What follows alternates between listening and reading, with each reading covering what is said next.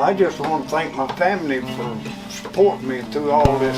I mean, you know, everybody knows how hard it is to be a chicken man, and their wife and kids and family. You gotta have all. You gotta have your family supporting you. If they don't, you can't be nothing. Take your guys' pens to tie cords, or do you guys once they're on tie cords, they're just on tie cords? Yeah, well, they go. Start all the young ones in the pens and then bring them to tie cords. You'll see there's over 1,000 5x5 pins altogether, and then they go into the tie cords. What is your guys' off season like for a hen? Some get to stay caught up at the pens, but then we turn a lot loose where we raise the baby chickens, where they can freshen up. In the buildings? No, not in the buildings. Oh, not in the buildings. And you'll see the buildings are small.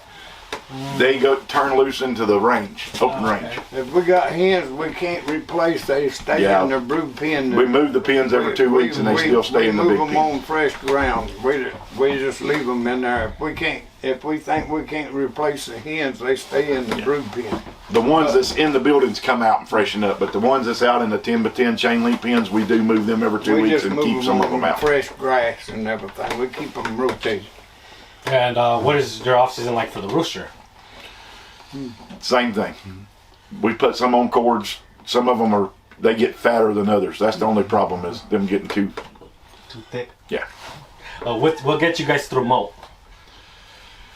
Yeah, we do soak some feed. We soak scratch. A lot of people soak oats and stuff, but we soak a 4-grain scratch, and a lot of the times through the molt we will soak it in vitamin electrolytes or medicine when they first start molting, instead of having to put it in their water, because none of them likes to drink it.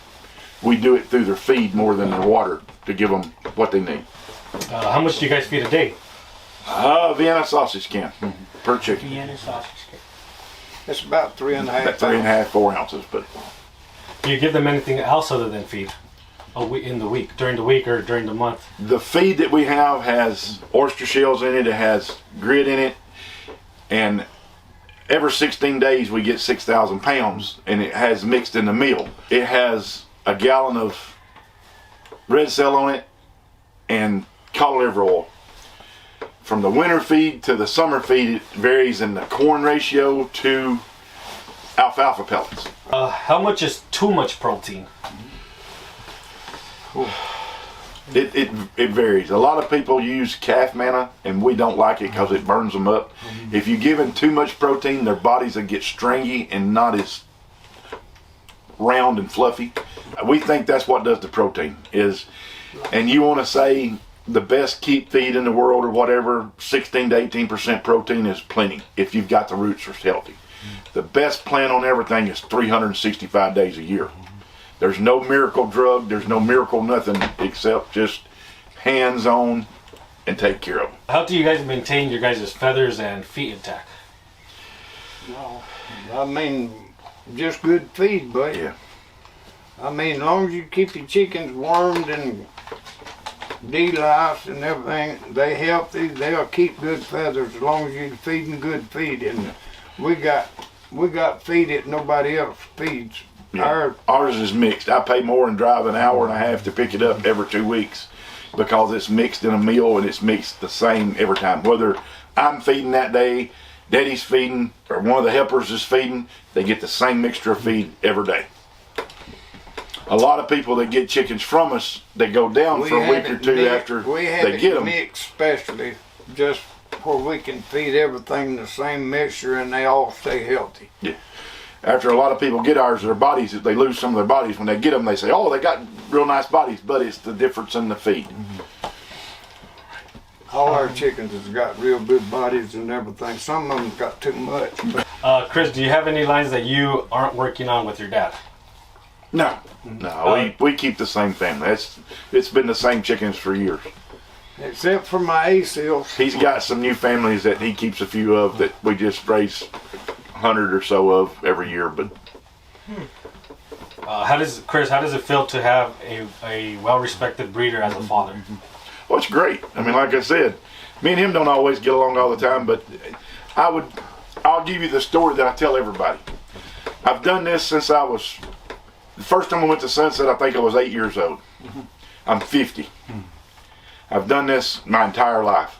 I've been around the best roostermen from Harold to all of them that was in my age group. We won't say I was around Walter Kelso and them, but all the ones that was big time in the 80s and 90s, I was around them.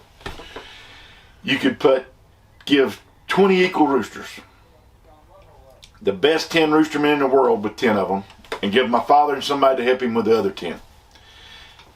And all that I've seen in my entire life, he would have still beat them 7 out of 10. And he's that good the last few days with the roosters, besides being everything else. Thank you, son. Have you incorporated any of your own breeding methods into your guys' farm? Oh yeah. We are a little different on how we select, but you're trying to get to the same point. Regardless of which road you go to, you still want them to be as good as they were when you picked them and selected. I mean, we breed a lot of pens with, like he was telling you, we got a special rooster with 6 or 8 hens, but to keep the ones that goes in there, we single mate. Yeah, we single mate. We still single mate the ones that we know it's going to make the ones that goes in the flock pens. We still seed produce chickens, which are single mated, what we call them. Chris, is there any other breeder that you looked up to? Mr. Jumper was the best person in the world. I loved him. He was just great. I've been around him my entire life, and he was besides a good rooster man. Now, he was a little different than my father Pointing, don't get me wrong, but as far as a good rooster man, he was great, and he was one of the best men I ever met in my life. Do you hope that Blackwater becomes a 3rd generational farm? I pushed my sons away from it.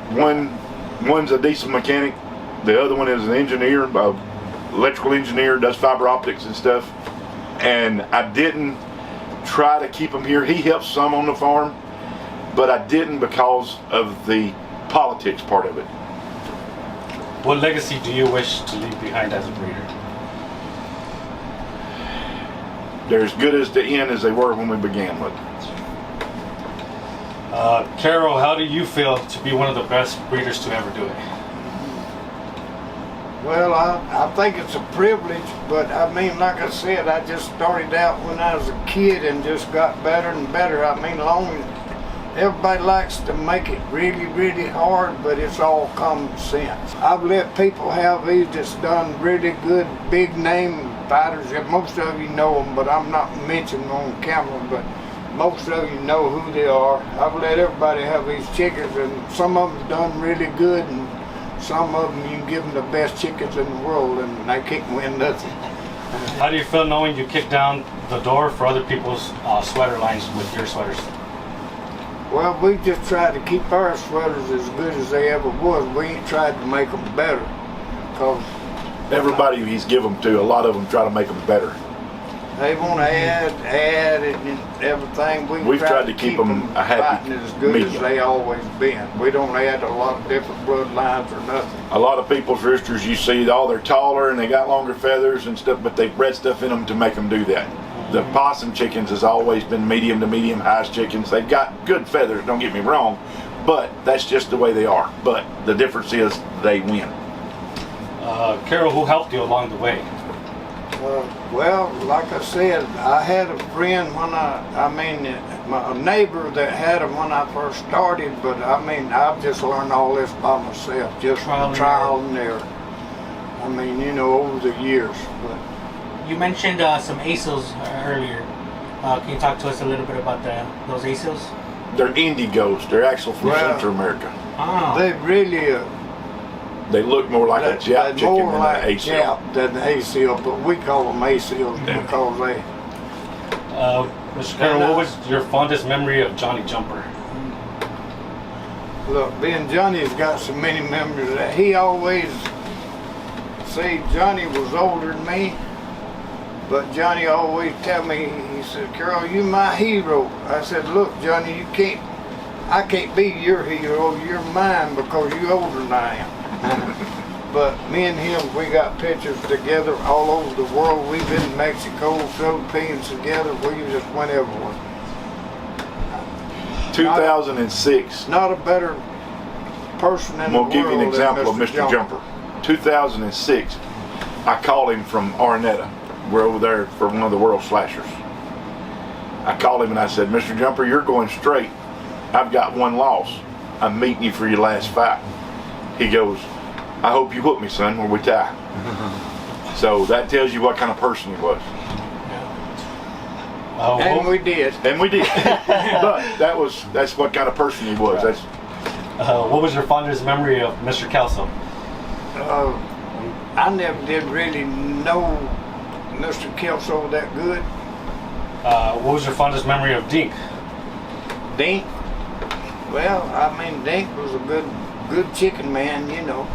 Real nervous and Dink hyper. I remember Dink as him helping train roosters because he was an hour away from Texoma, America than what we were. So he trained some roosters and then he went and pointed them. That's what I remember of Dink. What was your fondest memory of Bruce Barnett? Bruce, we were just friends all our life growing up.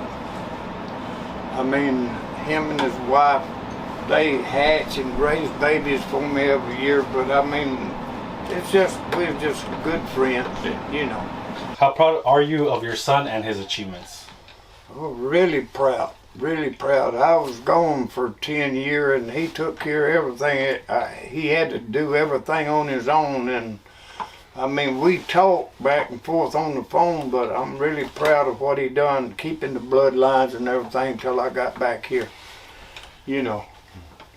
I didn't want the limelight. Everybody knows the 10 year I was gone the situation, but anyway. There was 3-4 major derbies won when he was gone, and it wasn't because I wanted to be the one out doing it. It was because I was trying to respect his name.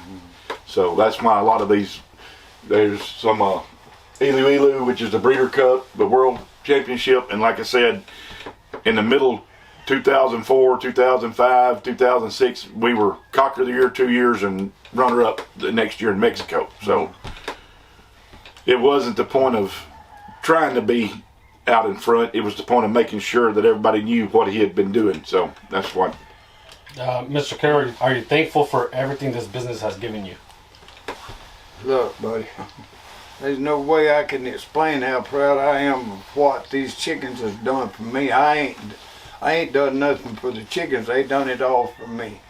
I mean, I've known all over the world and everything, and it's all because of our bloodline. I don't want to take none of the credit. I know how to feed a rooster and to keep one healthy, but our bloodlines is what made me famous. I didn't make them famous, they made me famous. I just want to thank my family for supporting me through all this. I mean, you know, everybody knows how hard it is to be a chicken man, and their wife and kids and family. You gotta have you gotta have your family supporting you. If they don't, you can't be nothing. Yeah, because this is 365 days a year. They don't know when it's Christmas. They don't know when it's your birthday. They don't know when it's your wife's birthday. That's just, they come first because they can't feed and water themselves. Then you go from there. And as far as earlier, you asked me some questions about how many chickens we hatched in this. In the mid-2000s, yeah, I hatched up to 7,000, 7,500. Now we hatch about 4,000 on average. We have anywhere from 1,500 to 1,800 good stags a year. Well, everybody knows now the situation in the United States. We don't try to raise as many as we used to or anything. We just raise more quality now, you know, for breeding and to help our customers and everything. We cut back. We sell everything on breeding. for breeding purposes. They can feather them however they want to, but everything here now we try to sell it as breeding purposes. So, well, we appreciate y'all coming and visiting it with us and doing the interview. This is Carol NESMITH, Chris NESMITH, Blackwater Farms. We're located in Nauvoo, Alabama.